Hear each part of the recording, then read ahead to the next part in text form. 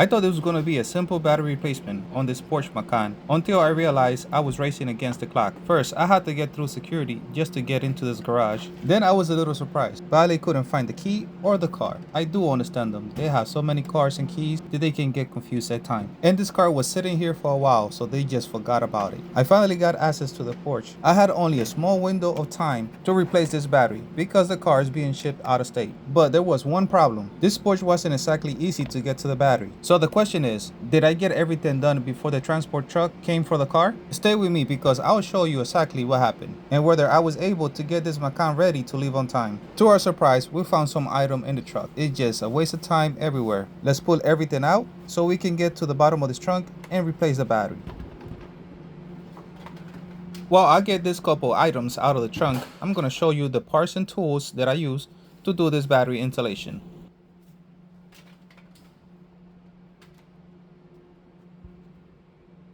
Now that we got everything out of the trunk, now we can remove this cover and take out the spare so we can get to the bottom and get to the battery. In the middle of the wheel, you're going to see a plastic holding the wheel down. All you have to do is screw it out. Then lift up the spare with both hands from the front and lift it out. This spare is really heavy, so be careful. Watch your back.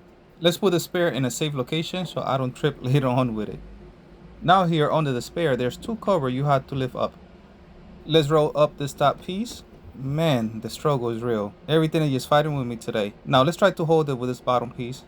Here is the 49 AGM battery. We're going to start by removing this 13mm bracket, and we're using a 13mm socket with extension. Place this battery hold down away from the battery so it doesn't get tangled later on when you're removing or placing the battery back in. On this battery, there's a lid on the positive terminal. They actually placed a black lid instead of a red one, so be careful. We're going to start first by removing this negative terminal, and we are using a 10mm socket. Place the terminal here on the side away from the battery, and now let's remove the positive side. Like I said before, if you see this lid, it has a plus sign. This is the positive. Let's remove it, and we are going to use a flathead screwdriver to open it up and twist it out. The lid actually come out. Let's save it here on the side. Let's remove the positive terminal. To get more access, we're just going to lift up the battery on this corner. Lift up the terminal and away from the battery. Then with both hands, try to maneuver the battery out. Here is the 49 AGM. This is the same spec as the battery that came out. Try to slide the battery all the way into the battery tray so the hold down can actually grab to the battery. Here on this plastic red lid, we have a plastic plug that's going to go on the other side of the bend hole. This is how you remove it. You snap it out and place it here on the side. I usually use the same lid to push it all the way in, or the handle of a flathead screwdriver. Now that we got that plug in place, let's move on to the other side of the battery and place the vent hose on this side. Just push it all the way through it. And now let's connect the positive terminal. Since we don't have that much acid on this side, it's kind of close to the wall, we're going to lift it up. Using a 10mm socket, let's tighten this terminal all the way down. Now that's done, let's move on to the negative. Let's take out this plastic cap and place the terminal on the pole. We're going to slide it all the way down and tighten it using a 10mm socket.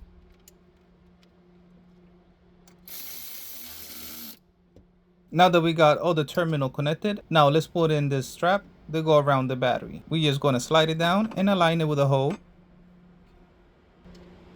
And here we're going to place a 13mm bolt using a 13mm socket.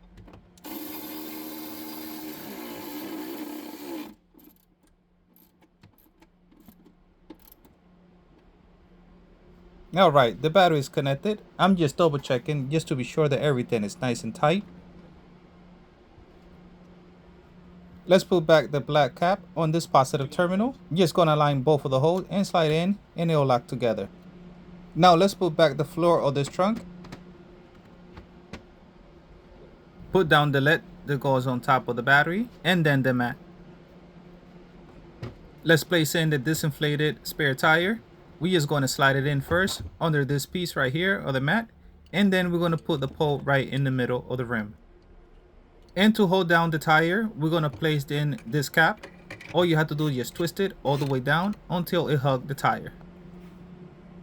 Now the next piece is going to be the floor cover. This cover has 2 grommets They go on the side right next to the tire. You will see the indentation on each side. You are just going to slide it in, and then once you get a line, just tap it a little bit and it'll go back in place.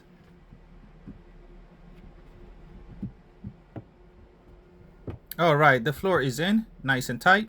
Now let's put back everything back in this trunk.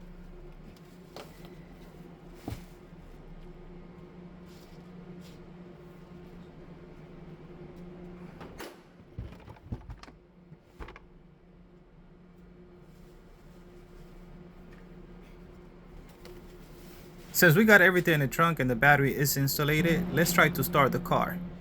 We just taking a look at it to see if there's any check engine light. Let's see how the car starts.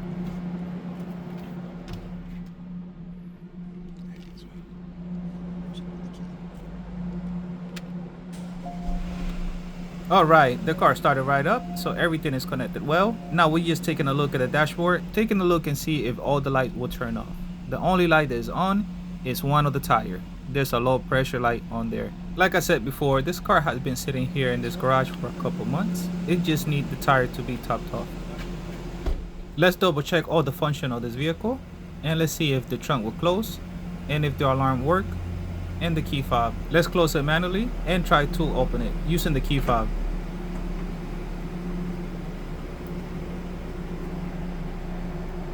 Alright, so the trunk open, so that part is working, but the gate won't lift up.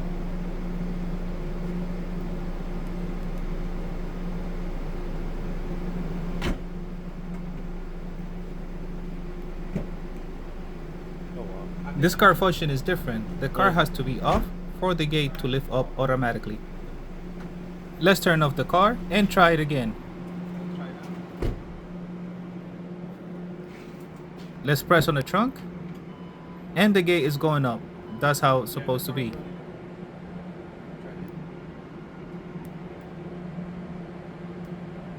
And to close is manually, so you have to press on the actual button on the door. Let's see if it'll close all the way down and lock.